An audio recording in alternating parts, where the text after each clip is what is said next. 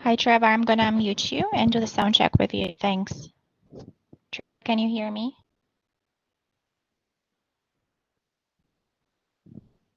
Trevor?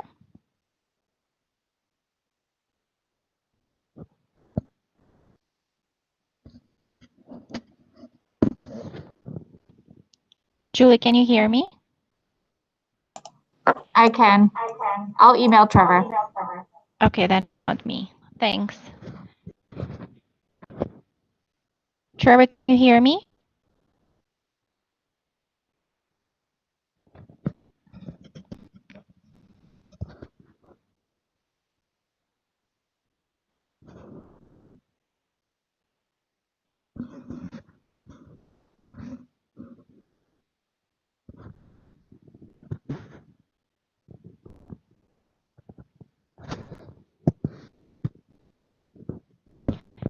Trevor, you can type in a message to me in the chat and let me know what's going on with your sound.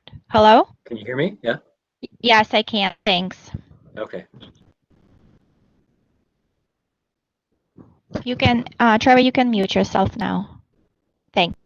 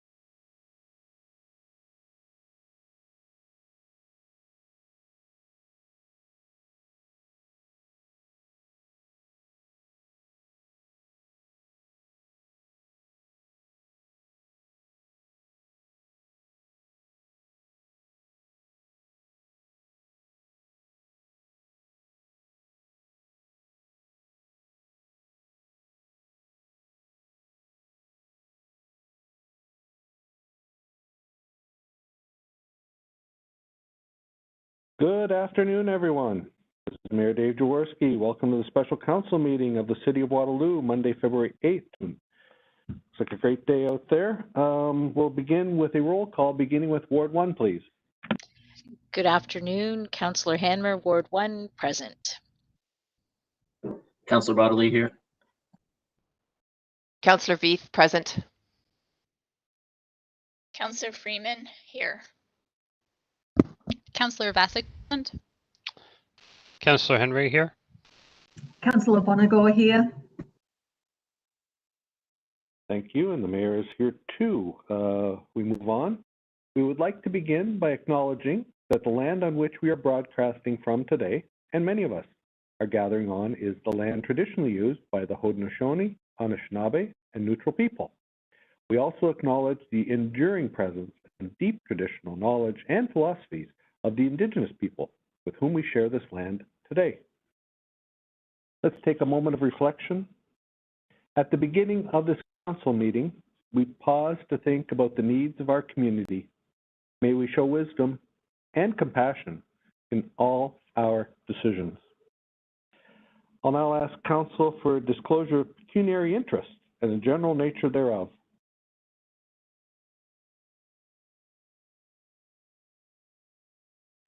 Hearing none, I would like to point out to any watching this broadcast today that we have several items of a planning matter on the docket today.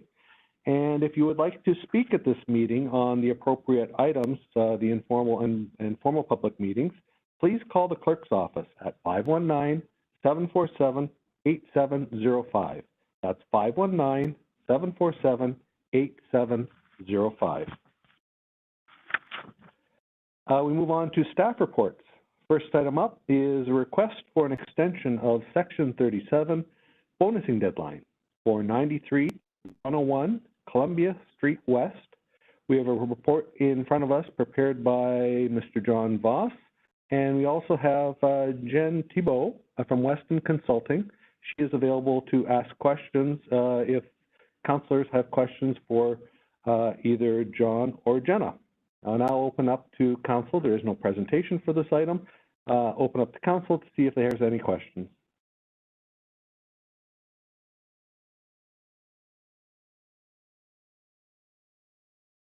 Seeing none, I will look to the ward councillor for thoughts on this item. Thank you, Mayor. A fairly straightforward report, an extension matching the COVID timeline suspensions, and an opportunity to get this project moving after an unfortunate bankruptcy with the previous proponents. Glad to see this moving forward. So happy to move the motion and vote in favor. And this is Councillor Bonagor. I second the motion and vote in favour. Councillor Hanmer, in favor. Councillor Waterloo in favor. Councillor Veith, in favor. Councillor Freeman, in favor. Councillor Vasic, in favor. And the mayor's in favor too. That passes unanimously, extending the date from March 1st, 2021 to June 9th, 2021. Thank you, John, for bringing it to council's attention, and thank you, Jenna, for calling in to offer to answer questions in this regard. Thank you very much. We move forward to the public meetings. Item 6A is an informal meeting. This is an informal public meeting to consider item 6A, zoning bylaw amendment and application Z2102, 24 Union GP Inc., 24 to 30 Union Street East. If you would like to speak at this meeting, please call the clerk's office at 519-747-8705. There will be no decisions made this afternoon. Council and the public are seeing this application for the first time. Council is looking for feedback from interested parties with respect to this application. This afternoon's comments will be taken into consideration in developing a staff position on this application, and a staff report will be considered by council during a formal public meeting at a future time. All property owners within 120 meters of the subject lands and anyone who requests further notice of this application will receive notice of the formal public meeting. Anybody who wants further notice of this application, including the formal public meeting and passage of any bylaw, should contact the planner, John Voss, at 519-747-8527 or at john.voss@waterloo.ca. That's spelled JOHN.VOS@waterloo.ca. The planner, John Voss, will now provide a brief overview of the application.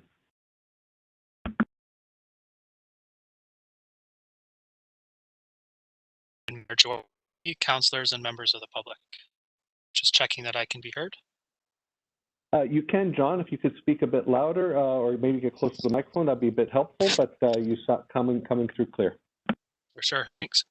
I'll start again. Good afternoon, Mayor Jaworski, councillors, and members of the public. As noted, this is the informal public meeting for minor zoning bylaw amendment for 24 and 30 Union Street. We'll go to the second slide. The subject property is located within the Mary Allen neighborhood, east of Union Street East. 24 Union Street is a single detached house, and 30 Union is a medical clinic. Slide, please. The applicant is proposing to develop a 6-story apartment building containing 46 residential units. The plan that is on the screen is being submitted for review as a site plan application. Next slide, please.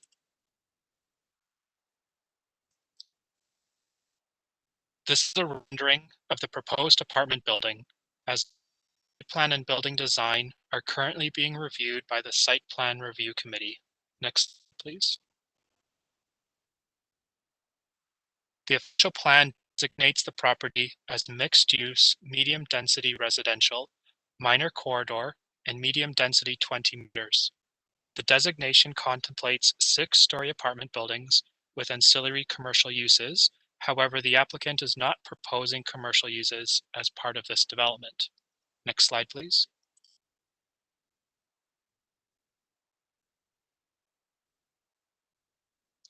The property is currently zoned residential mixed use 20, which permits multi-unit residential buildings with a maximum height of 6 stories or 20 meters. Specific regulations C5 applies to 30 Union Street East and permits the existing medical clinic use. The property is also zoned parking area F, which provides a slight reduction in the standard parking rate for the residential mixed use zone. Please.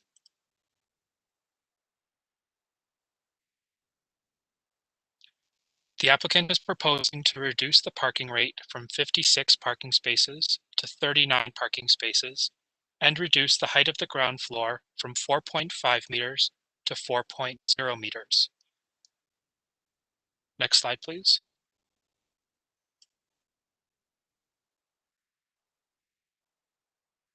Several plans and reports have been submitted with the application. Copies of these documents are available on the city's website. Next slide, please.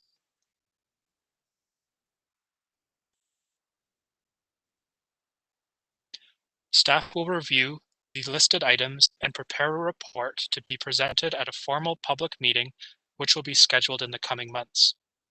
This concludes my presentation. I'm available to respond to any of Council's questions. Excellent. Thank you very much, John, for that succinct presentation. Does any councillor have any questions for staff? Please remember, this is an informal public meeting and only questions of clarification may be asked. Council members should not express opinions at this point. I'll now just take a moment to look for questions. First up is Councillor Bonnegar. Thank you, Mayor Jaworski, through you to Mr. Voss. I'm just wondering, with 4 meters versus a 4.5 meter ground floor, I'm just curious for context, what kind of difference that would make in kind of this street feel, where if we've seen similar in other buildings across the city, for example. I'm just curious about what that difference might look like or feel like. You, Mayor Jaworski, to Councillor Bonnegar. The slight reduction in the height shouldn't have a significant impact, but this will be reviewed as part of the application. The standard 4.5 meter height requirement is to accommodate commercial uses. However, as non-commercial uses, or as commercial uses are not being proposed, that's kind of the rationale for the reduction. Okay, thank you. Thank you, Mayor. That's all for me right now. Thank you, Councillor. Next up, I have Councillor Freeman. Please go ahead. Thank you, through you, Mayor Jaworski. Thank you for the presentation, Mr. Voss. I had two questions. One is that from a city perspective, would it be preferred or less preferred to not have convertible commercial frontage on that bottom floor? And the other question was with regard to parking. I'm trying to understand the parking rate that's being asked for in context of other developments of this sort that have been built and operated in and around the vicinity of this building. Through you, Mayor Jaworski, to Councillor Freeman.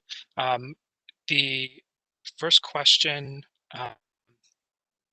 regarding convertible units on the ground floor, convertible space that could be used for commercial, that will be part of our review, noting the applicant isn't proposing it and it's not actually required in the zoning, but it is part of the discussion in terms of the future use of the space. But we'll review that as part of the application. The parking rate that's proposed, there hasn't been a lot of development in this area lately since the new zoning bylaw, but the applicant has provided a traffic study and a parking study to understand what the parking rates are, and we'll be reviewing that as part of the fulsome review.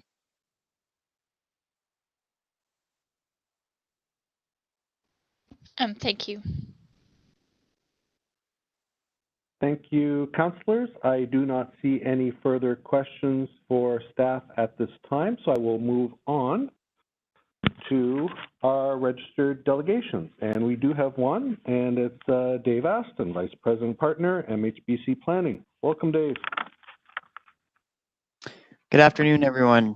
Thanks for the opportunity to be here this afternoon. A nice sunny day, as you said, Mayor Jaworski. And just want to thank Mr. Voss for his presentation. I'll try to be relatively brief as well as it relates to the policies, because I have no concerns with what Mr. Voss has outlined, and also recognize that this is a presentation that you're first reviewing, and we will be working with staff as it relates to comments that are being received through the city and agencies, and also any public comments that would be received through this process. I've had a chance to review, there was a letter in the package from the public, and I'll try to speak to a couple of the points raised in that letter as part of this presentation. So this afternoon, I'm here on behalf of the ZARE Group, as you know, a local, well-renowned organization. This project is one of their purpose-built rental projects that they're looking to build on projects similar to this in Kitchener and in Waterloo into the future. So they're very excited about this project and working with the city on moving forward with this. And we've been working with a great team, ABA Architects and Paradigm Transportation Solutions. Next slide, please.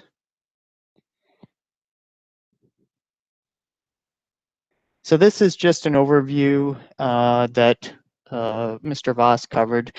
I just want to point out a couple of things. The site is located along a collector road, and the site is located within 235 meters of the Allen Street Ion LRT station. So we think that as we talk about parking and intensification, that these are important elements to consider, and how intensification in the built-up area will work in context of the official plan, the zoning bylaw, and the broader vision for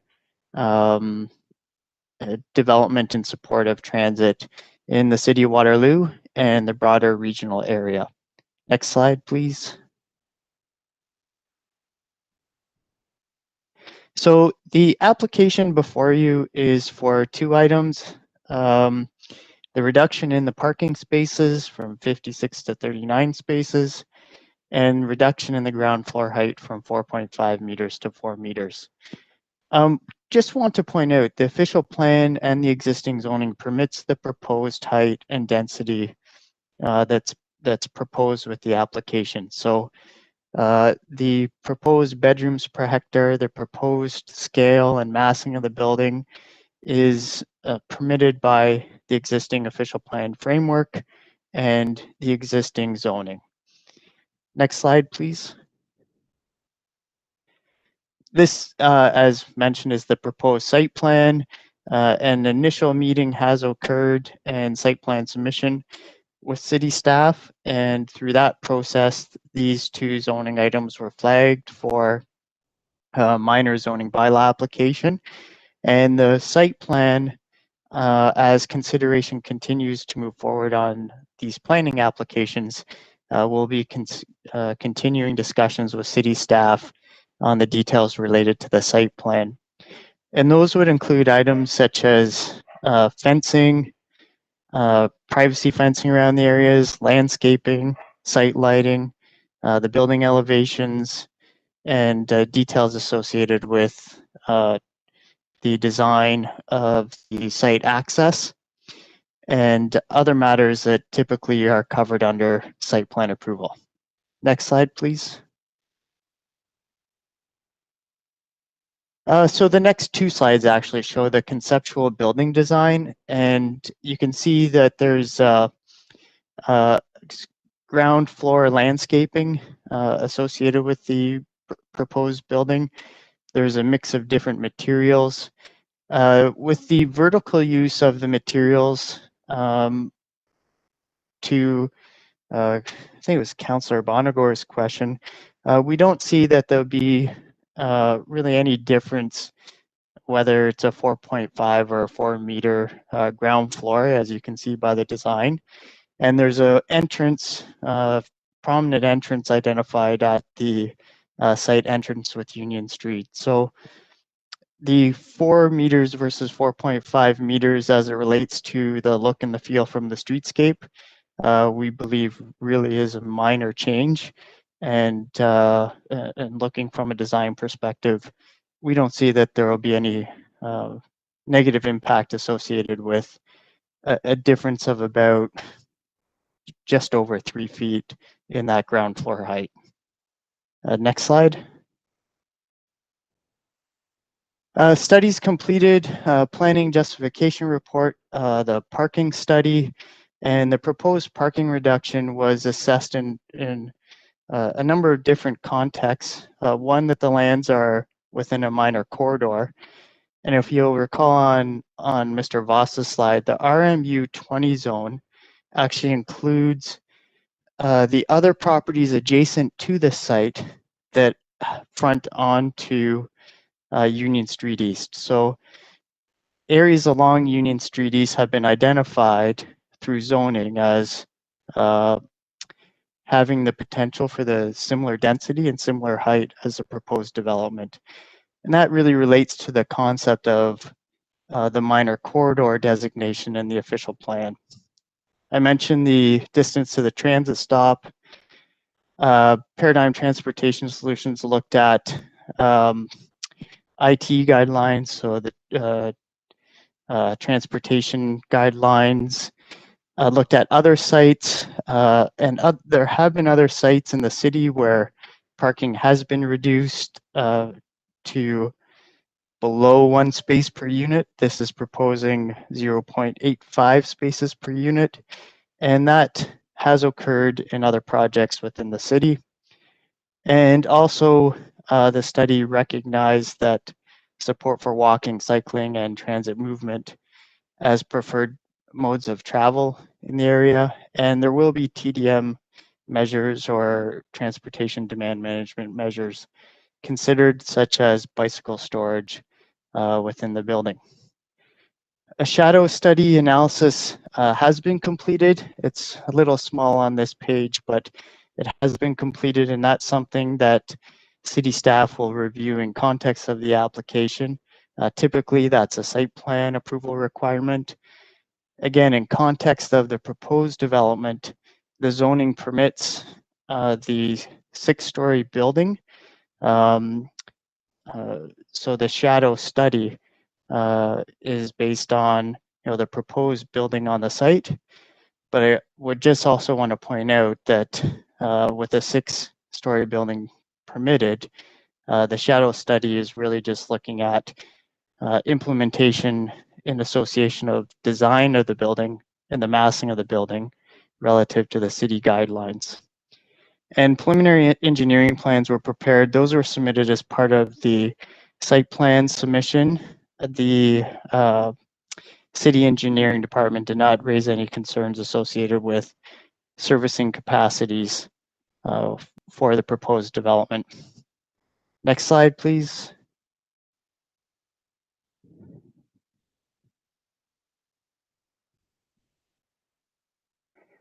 So in review of some of the comments that we've received to date, they related to height and density, privacy and fencing. As I noted, privacy, fencing, and landscaping is a site plan matters, but those comments will certainly be considered in context of fencing and landscaping. For example, vehicular headlights moving through the site and how those can be screened. Existing fencing, where that is in place, discussion would occur with the adjacent landowners on existing fence staying or replacement of that fencing. Parking management, Zare Group, they have a process that's been established through various properties that they have and in relation to lease agreements for units. And there's a management component associated with the number of parking spaces and number of units. Those are unbundled parking spaces, so there's not an automatic connection to a parking space in a unit. There's typically a separate lease component or separate agreement associated with the parking. So that's managed and monitored on a regular basis from the property management group. And I mentioned shadow impacts, and we'll work with the city as part of review of the comments and next steps in the report process. Next slide, please. So in conclusion, the minor zoning bylaw amendment is related to the reduced parking and the reduced height on the ground floor. The land use designations support the mixed use medium density residential or the proposed building on the lands. The existing zoning permits the proposed building height and density. There's no change being proposed to any of the other regulations related to setbacks or coverages. Provincial and regional policies promote transit supportive intensification. As I mentioned, there's a transit route right adjacent to the subject lands, and the lands are within walking distance of the LRT. Sufficient municipal services exist, and details associated with site plan design will be addressed through the city site plan review process. That's all for us today. Thanks for the opportunity to present the proposal, and we look forward to working with staff and moving forward with next steps. Thank you. Thank you very much, Mr. Aston. I'll just pause while I wait to see if any councillors raise their hand to ask questions.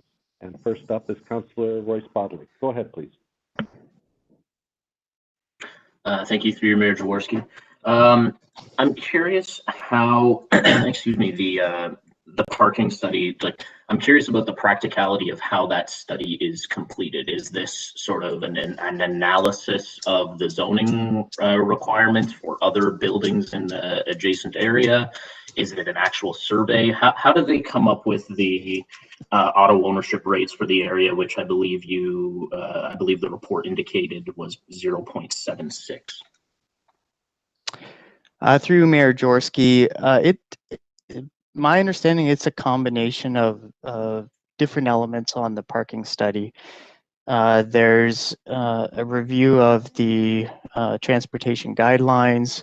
When they review the proxy sites, they do complete surveys associated with those sites. And then there's just kind of a best practices review and review of other proposed developments within the city. And they have also looked at similar scale projects that are not just within the city, but would be proposing similar parking ratios. Okay, excellent. Just a follow up, if I may, through your Mayor Jaworski. Is this the type of study we are seeing some municipalities in North America eliminating parking minimum requirements? Is this the type of study that a private developer would rely upon if there were no minimums to determine what the appropriate amount of parking spaces would be in a development? Through Mayor Jaworski, that's a good question, because I think there's two components associated with what developers would rely on for parking. There's what the parking study would suggest as far as a minimum rate, and then there's what their marketing considerations may be associated with the proposed sale or lease associated with the building. So I believe it's a combination of the both of the two that are going to drive in the future parking rates in various different aspects and locations within the city. Excellent, thank you. And that just leads me to one final sort of follow-up then, is with respect to the marketing considerations for this specific development, is it your opinion that in terms of how this building is going to be marketed, that the proposed parking spaces is sufficient for the future tenants of this building? Thank you. Through Mayor Jaworski, with the parking study completed by Paradigm and their professional opinion giving input to this process, yes, we believe this is appropriate for the proposed development in this location. Excellent. Thank you very much. Thank you, Councillor. Over to Councillor Bongard, please. Thank you, and through you, Mayor Jaworski. Thank you for bringing all of this information to us. I know that there have been a number of residents who've been looking forward to seeing some of the details. I just have a couple of questions. You've already answered one of them, which was whether or not parking is unbundled from residential units, and you've indicated that yes, it is. I'm just wondering if you could give, and you may not be able to answer this, but can we get an idea of how effectively that works at other locations for the ZAIR Group? Through Mayor Jaworski, and there are various other projects, and as we knew this could come up as questions and concerns, we spent a lot of time talking about how parking is managed on different properties that they have, both residential and commercial. And my understanding is that the approach has been very successful for them. They have a property management component that reviews the parking on a regular basis. The spaces are leased separately, so there's a dedicated space for a person that leases that space, who would live in the building. Again, it provides for people that want to look to live in an urban area without parking, to live in a building. And on the flip side, if people want to live in a building but require 2 or 3 cars or parking spaces, then this may not be the site for them, because they may not have access to those number of spaces. So it's a balance between the market and the overall management of the parking. And I know that they do have a program, and perhaps between now and the next meeting, we can get a little more information and provide a little more detail on what that looks like as part of the discussion, and can work through that with Mr. Voss. Okay, well, thank you. That's a good start, at least, to help me kind of understand the situation. Talking of a different kind of parking, I mean, as you mentioned, this is very close to an LRT station. It's also really close to an important trail network in the city, and this road is going to also have strong active transit supports. So I'm just wondering if you can give us a little bit more detail about what's planned for bicycle parking. Sure. Through Mayor Jaworski, there's internal bicycle parking proposed, and then there will be external bicycle racks. I don't have the total numbers off the top of my head, but I know that we've worked through the process as far as identifying and making sure that we provide for the minimum amount of parking, bicycle parking, and then we've provided above and beyond that as part of the TDM measures in support of the parking reduction. Okay, that's helpful too. I think, no, that's all good. I think that's all my questions at the moment. Thank you so much for the information. Thank you. And I do not see any further questions for the delegate at this time. And I will just, so thanks very much, Mr. Aston. Thank you. We'll just check, yeah, no problem. I'll just check with the office of the clerk to see if anybody has called in. Nobody has called in, Mayor. Thanks very much, Natalia.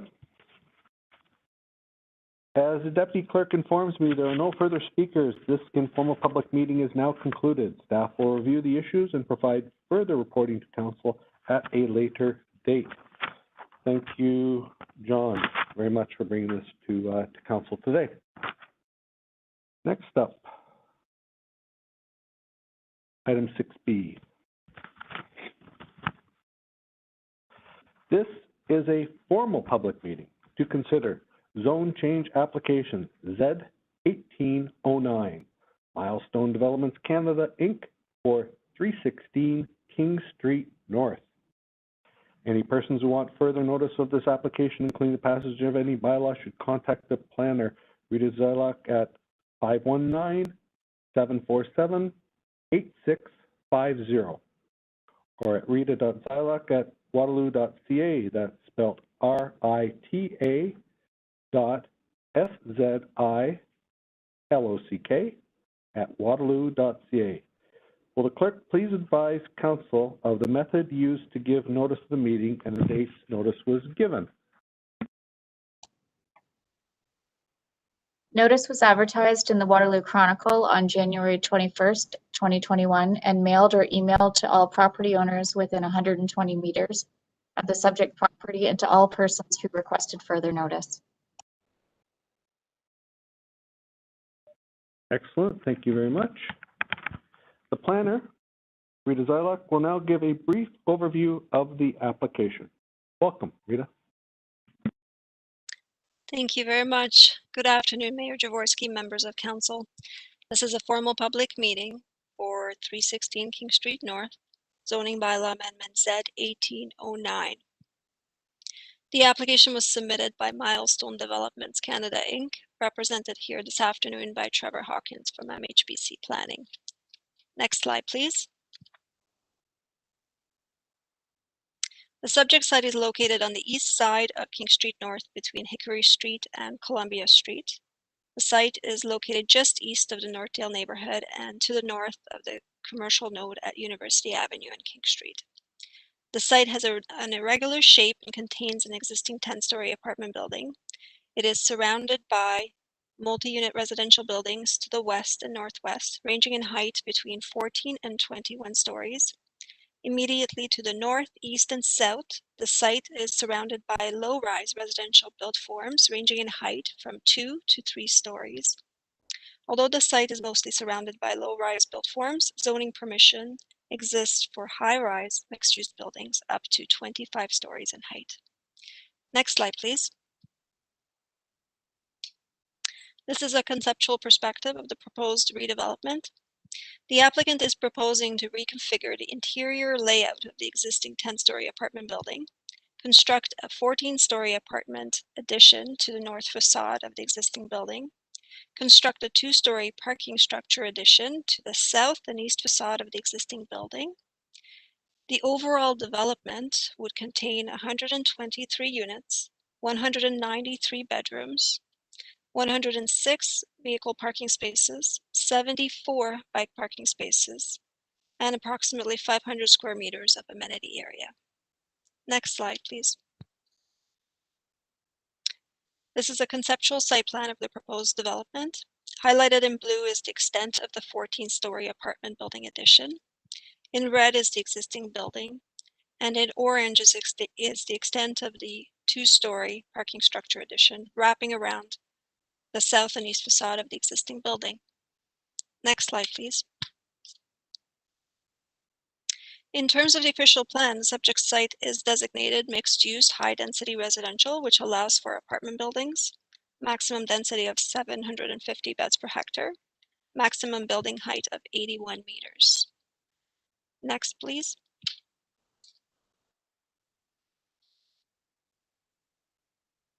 In terms of the zoning bylaw, the subject site is zoned zone change application, or ZC, in the new citywide zoning bylaw, because the zone change application was received prior to the new zoning bylaw coming into effect. As you can see on the image on this slide, the property surrounding the subject site are zoned residential mixed use 81 or RMU 81 in the current bylaw. At the time of the application submission, the site was zoned multiple residence 25 or MR25 within zoning bylaw 1108, which permitted apartment buildings, a maximum density of 250 units per hectare, and a maximum building height of 25 stories. Next slide, please. Staff is recommending that 316 King Street North be rezoned from zone change application to holding residential mixed use 81 with site-specific provisions. These would include a reduction in the minimum landscape open space from 30% to 25%, a reduction in the minimum residential parking rate from 0.9 spaces per unit to 0.75 spaces per unit. Next slide, please. The staff recommended site-specific provisions would also include building setbacks illustrated on this slide. A reduced street line setback along King Street North from 5 meters to 4.2 meters. A reduced rear yard setback from 5 meters to 1.4 meters to accommodate the 1-story exit stairs. And due to the jog in the rear lot line, staff is recommending a 2-meter rear yard setback to the 2-story parking structure ramp, and a 3-meter rear yard setback to the 2-story parking structure, whereas 5 meters would be required. Finally, a reduced 1-meter southerly side yard setback is being recommended to accommodate the 2-story parking structure. Next slide, please. This slide illustrates the staff recommended tower setback and horizontal tower dimension. Staff is recommending that the tower separation requirement from the rear lot line be reduced from 11 meters to 7 meters, and that the horizontal tower dimension be increased from 40 meters to 45 meters. Next slide, please. This table breaks down the staff recommended site-specific provisions that I have just discussed in comparison to the MR25 and RMU 81 zone requirements, which are shown in the gray columns. All site-specific amendments recommended by staff are bolded in the purple column. As you can see, the proposed development would meet the 3-meter northerly side yard requirement and the 5-meter rear yard setback to the proposed apartment building. The site-specific side and rear yard reductions being recommended are specific to the 2-story parking structure and the 1-story exit stair. Next slide, please. The staff recommend that site-specific provisions continue on this page. With respect to the tower separation from the northerly side lot line, staff is recommending that the requirements of the RMU 81 zone be maintained at 6 meters. And also with respect to the parking requirement. Although staff is recommending a reduction in the residential parking rate to the 0.75 spaces per unit, staff is recommending that the visitor parking rate remain unchanged at 0.1 spaces per unit. Next slide, please. In conclusion, staff recommend that Council approve zone change application Z1809 for 316 King Street North in accordance with Section 8 of Staff Report IPPW 2021-013 and the recommendations contained in Addendum Staff Report IPPW 2021-013.1. Next slide. And that concludes my presentation. If there are any questions, I would be happy to answer them. Thank you very much, Rita. I will now look to Council to see if there are any hands up for questions of staff prior to moving on to the one delegate that we have registered.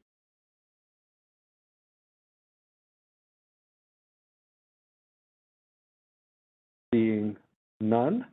Thank you very much, Rita, for the presentation, and I will now look for registered delegations to speak.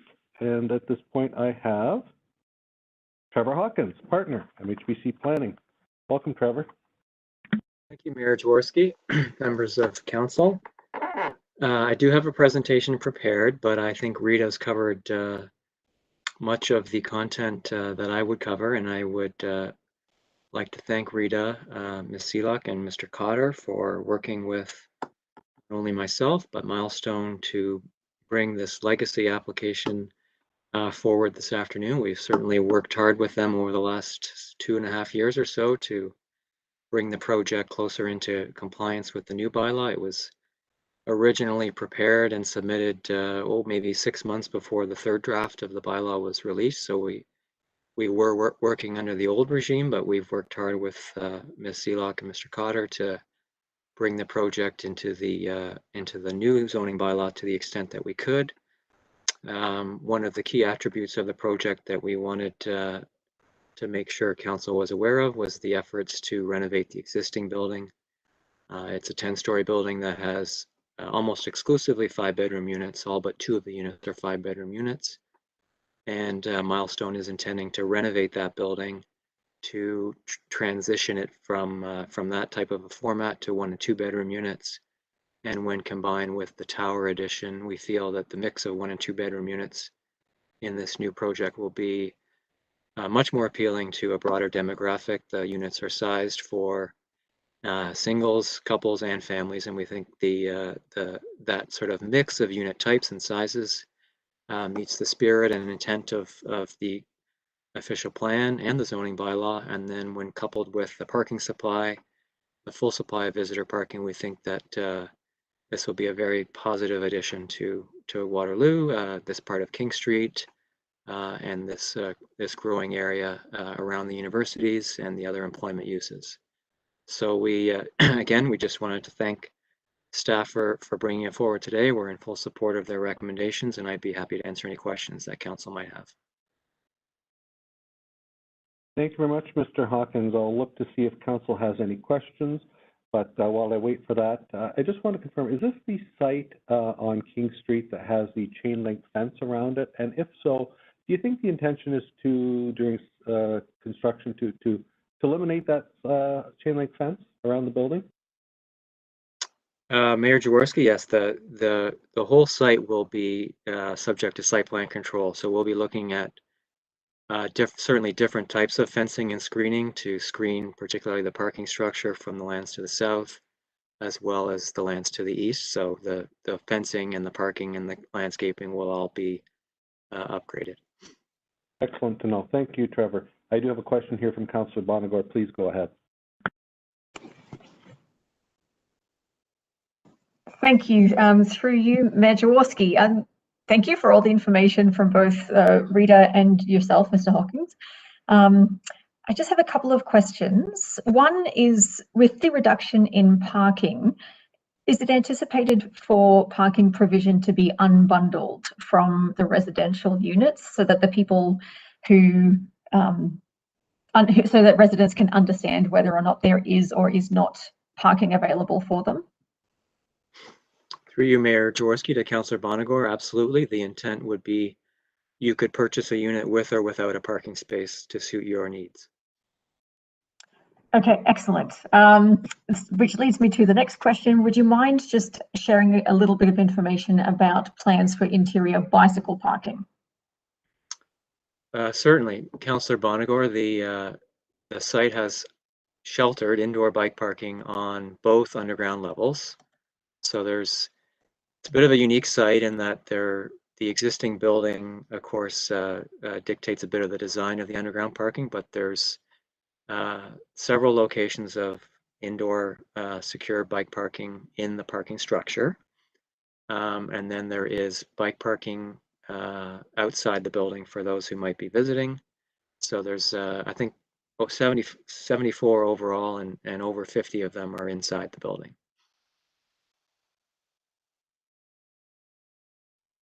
Okay, that helps as well. And my other question is just regarding tenants of the building at the moment. So there's currently, from what I understand of the report, currently 123 bedrooms overall on the site. That will go up to 193, but that's going to take a little bit of time. So I'm just wondering, with the current building, we'll actually end up with less capacity inside it. How will the tenant impact be mitigated through this process? Through you, Mayor Jaworski, to Councillor Bonagor. Excellent question. So this building, being one of the first, what I would characterize as, student type purpose-built building, has been impacted by the COVID restrictions quite significantly. So although there are 25 units inside the building today, I believe all but 2 or 3 of them are vacant, and all of them will be vacant as of April. So the intent for Milestone is that they would proceed with the renovations to the existing building when it's empty. So they'll go through the required approvals, site plan with city staff, and then following those approvals would pursue building permits to renovate the existing building. And by the time those processes have been realized, the building will be empty. So there won't actually be any tenants impacted. Okay, that's all my questions. Thank you very much. Thank you very much, Councillor. I do not see any further questions for the delegates, so thank you, Mr. Hawkins. And I will now pause for, no problem. I will now pause for a moment while I double check with the clerk to see if we have any further delegations who have called in, or the office of the clerk. No more delegations, Mayor. Thank you. As the Deputy Clerk informs me, there are no further speakers. This formal public meeting is concluded and the application is now open to Council for a motion and debate. I will look to the ward councillor to give us consideration. Thank you, Mayor. Before I go ahead, I'd like to ask clerks, one question. I know that this report had a slight addendum staff report of IPPW 2021-013.1. I'm just curious about the Bill 73 wording and whether it needs a slight change or whether I should read it as is. Good catch. One moment, please.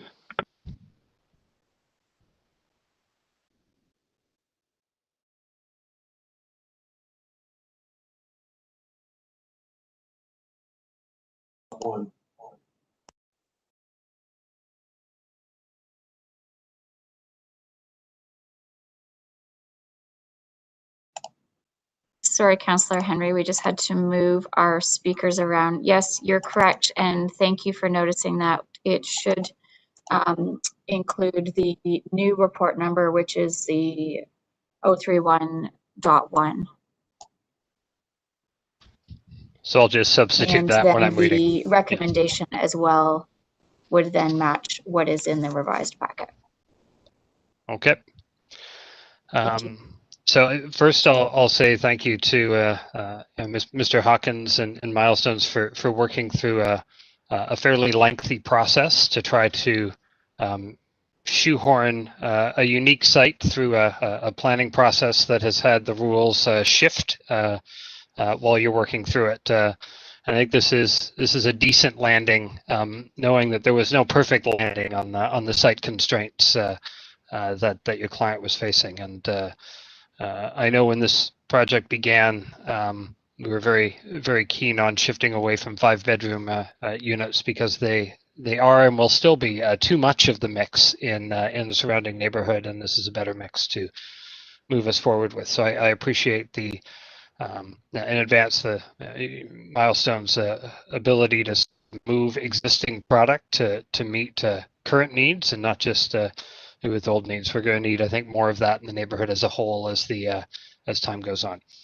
So with that, I'm happy to move and then vote for the following motion. Whereas Council has considered all written and oral submissions from the public and stakeholders, and whereas Council has considered the professional opinions of planning staff, therefore be it resolved, 1, that Council approves Staff Report IPPW 2021-013.1, and 2, that Council approves Zone Change Application Z-18-09, Milestones Development Canada Incorporated, 316 King Street North, in accordance with Section 8 of Staff Report IPPW 2021-013.1.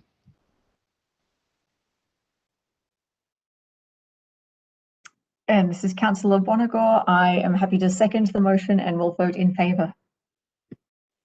Councillor Hanmer, in favor. Councillor Bodley, in favor. Councillor Veith, in favor. Councillor Freeman, in favor. Councillor Vasic, in favor. The mayor's in favor too. That passes unanimously. Thank you very much, Rita, for shepherding this along and coming up with this great solution for Waterloo. Next up.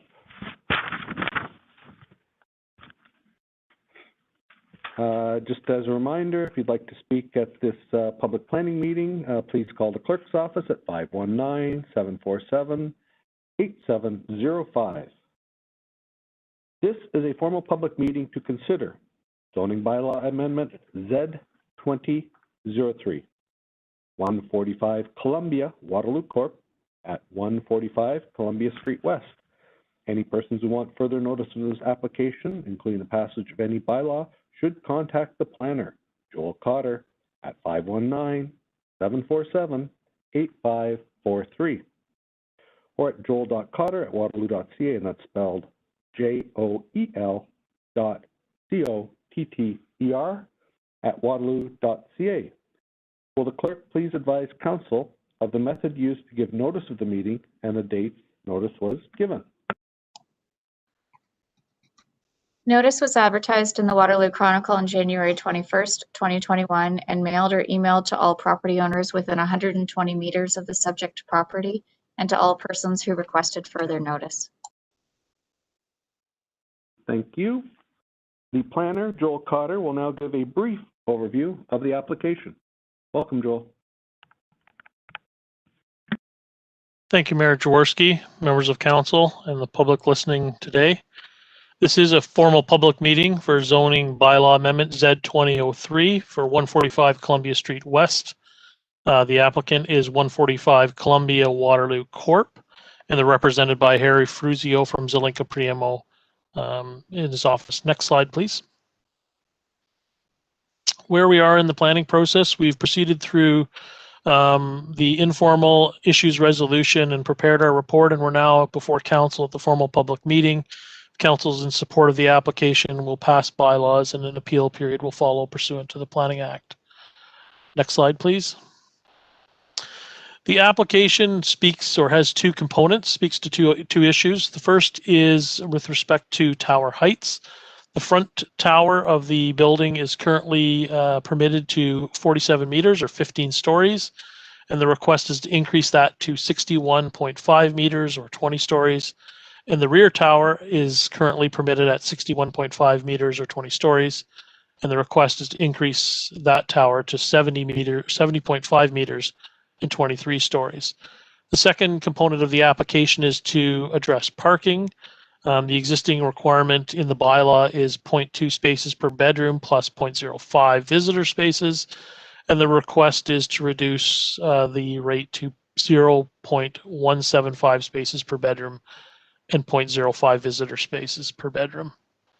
And the purpose of the application is to more efficiently use the lands by adding an additional 100 units to the development, and that would result in both phases 1 and phases 2 being combined to reach 940 bedrooms per hectare, or a total of 1,411 bedrooms. Next slide, please. So in terms of location, the property fronts Columbia.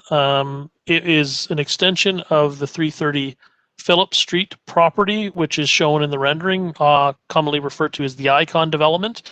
330 Phillip was phase 1, 145 Columbia is phase 2, and you can see a rendering of the proposed development in the lower right-hand corner. Next slide, please. Looking eastward at the west facade of the building, just to give council a graphical representation of the elevation of the building. Columbia Street is on the left, and you have a shorter tower. This is the proposed 20-story tower fronting onto Columbia Street, connected by a 6-story podium with parking below at surface and an underground parking structure beneath that.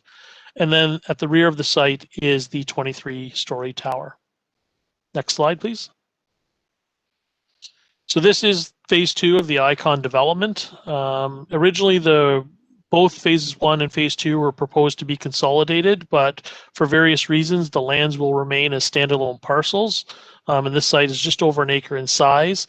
Notwithstanding that it's standalone, it is still tied to 330 Phillip Street through reciprocal easements and servicing permissions. Site plan approval has been granted for a current building on the property up to the current permissions that was issued in late 2020, and construction has commenced on the property. They're working on the foundation for the building at this time. And the informal public meeting was held November 2nd, 2020. Next slide, please.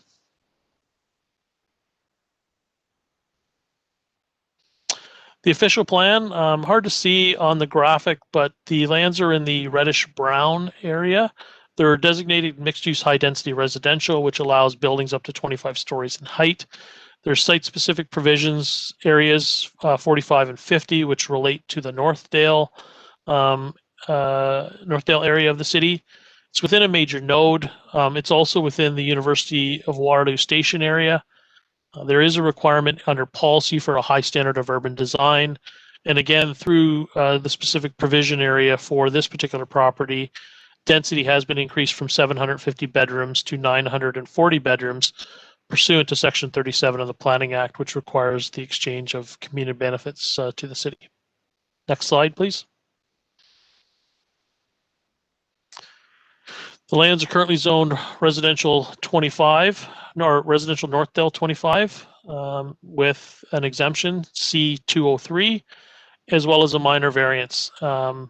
Those zoning permissions, again, allow that 940 bedrooms per hectare, subject to Section 37, and the terms around that were generally agreed to in 2012 by Council of the day, and they provide for 4 items. 1, the provision of underground parking, private art in the public realm, enhanced landscaping, and a minimum LEED Silver certification. And that community benefit framework applies to the existing building, which is the 15-story and 20-story proposal that has received a building permit to date. Next slide. So with respect to the first application, Council has staff's report in front of it. I'll just briefly speak to the 2 components. First, the increased tower heights to 20 stories and 23 stories. We're in support of that request. It is less than the maximum permissions contemplated in the official plan. It is consistent with the planned character of the area, which is contemplated for high-rise buildings up to 81 meters in height. It does efficiently use the land and existing infrastructure, promotes intensification within a major node that is planned for high-rise development, and no significant adverse impacts were identified through our planning review. With respect to the parking reduction, the lands are well served by transit. They're within 750 meters of 2 ion stations. The lands are tied to 330 Phillip Street, as I noted before. Collectively, the lands meet the minimum requirements in the bylaw. 330 Phillip has a slight oversupply, with 145 a slight undersupply, which is the basis for the request. If the properties had have merged, no parking requirement would have been required. Proximity to the university and the IDEA corridor also make the area very walkable, and in our view as staff, the amendment is minor in nature. Next slide, please.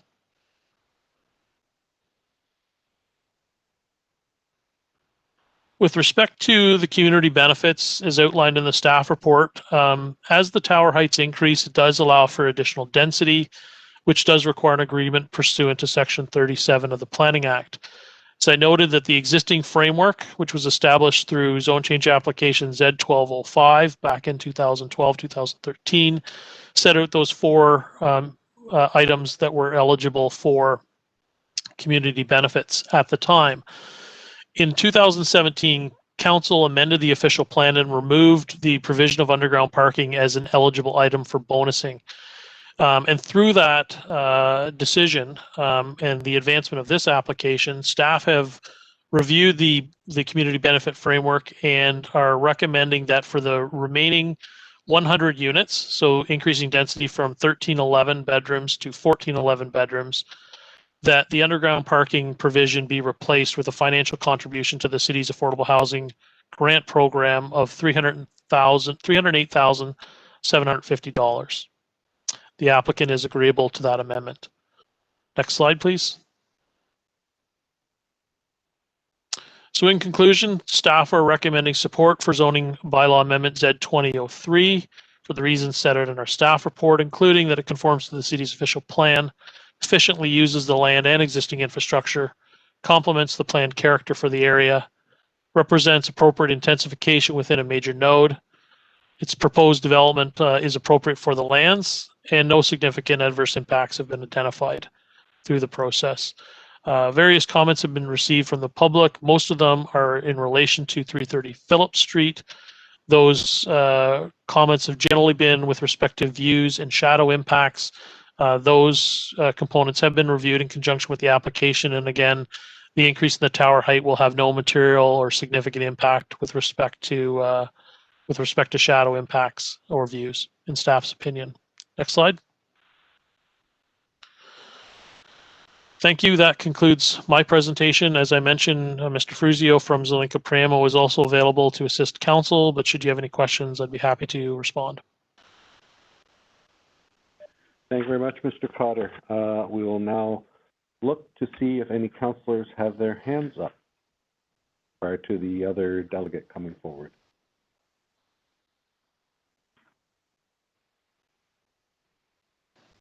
Henry. Thank you, Mayor. And just briefly, Joel, the contribution proposed to the Citizens Affordable Housing Grant Program, the intention of staff would be for those funds to remain available inside the neighborhood to benefit the neighborhood. I know we've got a number of opportunities ahead to be able to do that. Through you, Mayor Jaworski, to Councillor Henry, yes, wherever possible, staff's opinion is that community benefits should remain as close to the site as possible or within the neighborhood. So the intention would be to earmark these affordable housing funds for initiatives, affordable housing initiatives within the Northdale neighborhood, if at all possible, and if not, they could be used more broadly within the community. But the intention would be to try and keep them local to the extent possible. Thank you, Joel. Excellent, Councillor Henry. I see no further questions, Joel. So with that, we'll move on to the delegation. And as mentioned, it's Mr. Harry Fruzio, Senior Associate, Zelenka Priamo. Good afternoon, Mayor Jaworski, members of council. Yes, my name is Harry Frusios. I'm with the planning firm of Zelenka Priamo Limited. and I'm here today to discuss the application on behalf of the applicant, 145 Columbia Waterloo Corp. Thank you for giving me the opportunity to speak to this application. I first off wanted to thank Mr. Cotter and his staff for their efforts in bringing this application, and not only for this application, but for the several applications that have been brought forward over the past approximately 10 years that we've been working on this development to get it to the point now where we feel we've gotten to the point now where we're able to maximize the density that was originally approved by council for this combined development. And we're happy to bring that forward for your consideration today. As Mr. Cotter mentioned, it's to add height to the existing buildings that are currently approved under construction. The height will allow us to maximize the density that was originally approved by council, the 940 bedrooms per hectare. So we believe it's an appropriate application. It meets the intent of the official plan for this area in terms of the Northdale area, in terms of the heights that are intended for this area and the plan, its planned function. And as Mr. Cotter mentioned, the parking is a technicality to just bring the site into compliance. But overall, the parking will be met on both sites combined. So we really have nothing else to add to that, Your Worship. We're in support of the staff recommendation. We're happy with the Section 37 conditions that were brought forward, and I'm just here to answer any questions that you might have. Thank you. Thank you very much, Mr. Fruzios. Do I have any questions from council for the delegate? Please go ahead, Councillor Henry. Thank you, Mayor, and thank you, Harry. Harry, as you recall at the informal meeting, I did ask you one question, and with the applicant themselves not present, you didn't have a response for me. I hope you have one now, and that's certainly Icon Phase 1 has been prominent in the mind of many of my constituents and members of the public for its inability to come in on time and all the complications and challenges that many tenants experienced during that period. Can you comment on what steps the applicant has and will be taking through Phase 2 to make sure that such a travesty doesn't happen again, and that I'm not again getting inundated with calls from my constituents as you move forward to completing this development? Yes, thank you. And through you, Mayor Jaworski, to Councillor Henry, yes, we have had the discussions with our client regarding what happened with the 330 development and the steps and there were some unfortunate circumstances that caused a delay in the construction timing for 330 Phillip Street, but they have taken the necessary steps to rectify that and ensure that it's not going to happen with this development. They've hired a new general contractor that is taking on the role of construction for this project, and you may know them. It's Malul Blaney, who's a local contractor, well established and with a great reputation for construction. So they are the ones that are been given the task of constructing this building. And other steps that have been taken are going to be to sort of delay the leasing of the units until later in the process when the building is sufficiently along in the construction process and we're certain that the timelines will be met to avoid the same sort of issues that happened in the first phase.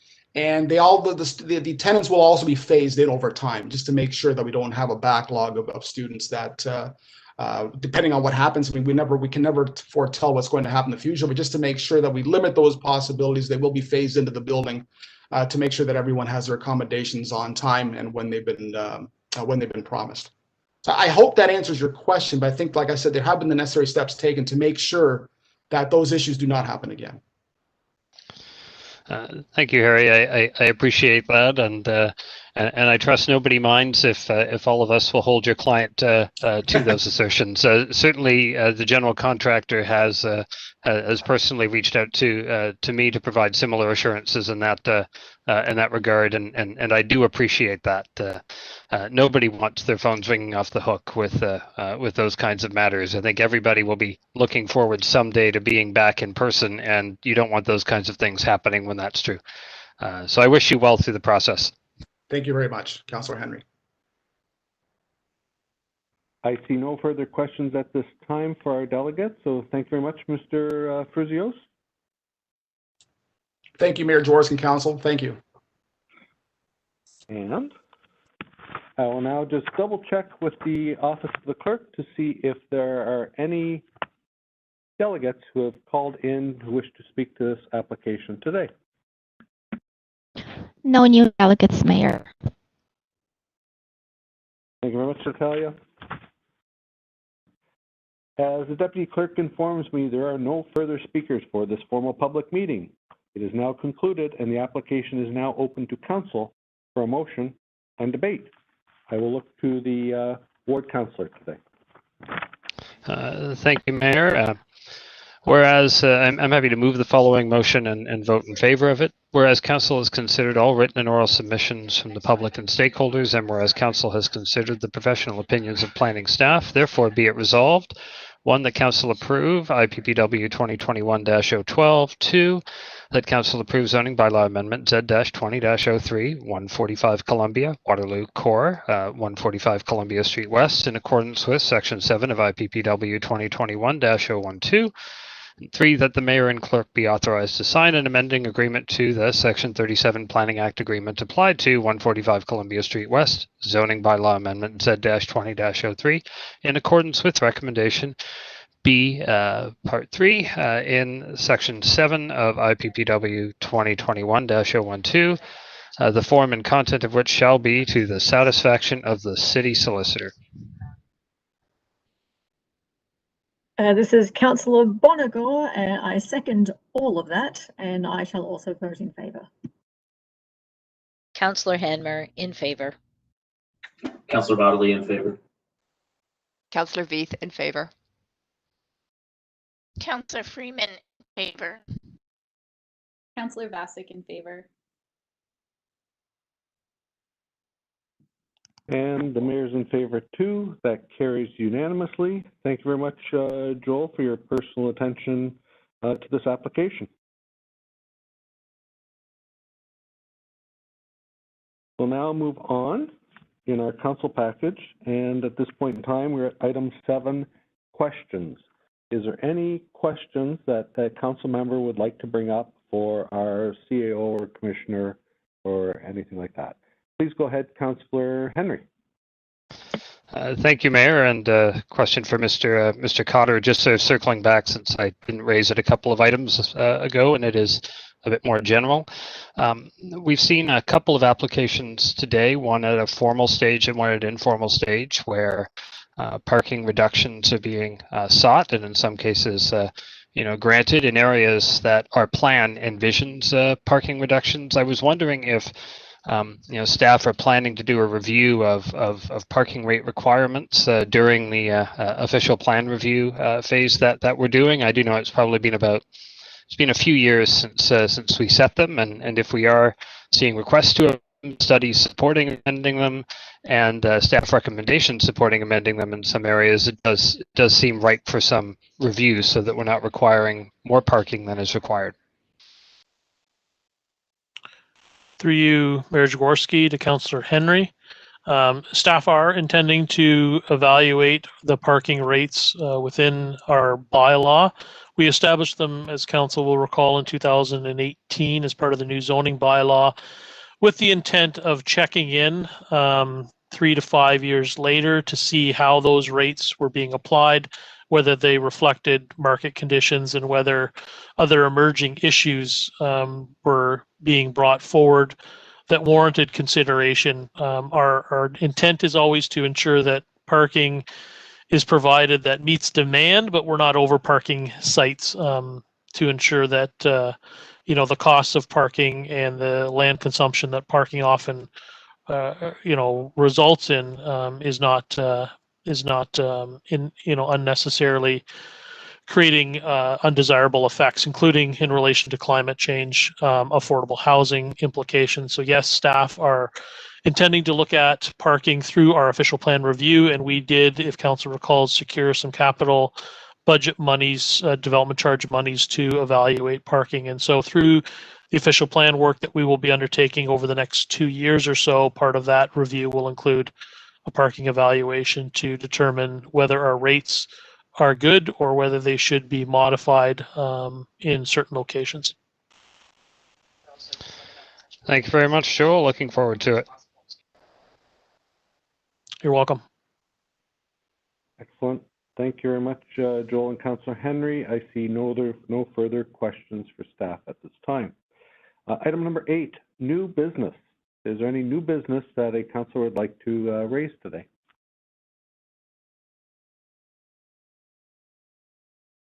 Hearing and seeing none, I'll go to item number 9, and I will look to Councillor Bodley to guess what it is.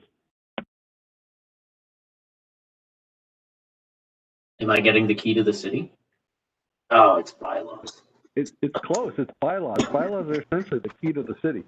That's a very good point, Mayor Jaworski. I would like to move the motion to enact these bylaws and enthusiastically vote in favor. Councillor Veith here. I will second the motion and vote in favor. Councillor Freeman in favor. Councillor Bassick in favor. Councillor Henry in favor. Councillor Bonigo in favor. Councillor Hanmer in favor.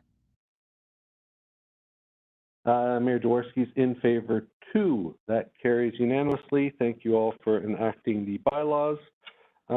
Next up, I'll look to Ward 4, motion to consider adjourning this very quick meeting.